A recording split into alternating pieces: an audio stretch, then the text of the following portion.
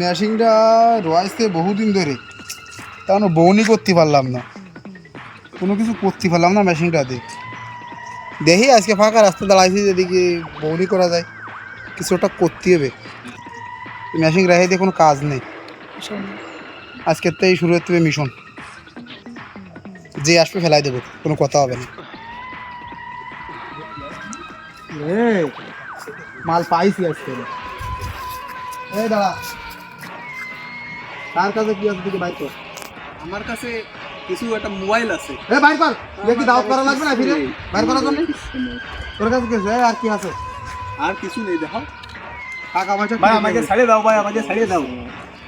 কোনো কথা হবে না, একদম ফেলাই দিবা না। এ এনে রাখতে লাগি। এই দে বসো, ই তো কলা ওটা বাপ আসে কিনা। এই এটা তোর দিদি চুলটা ঠিক করে নি আমার, পিস্তল ধর।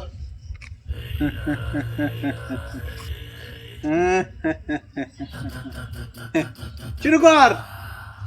এই কি আইছে?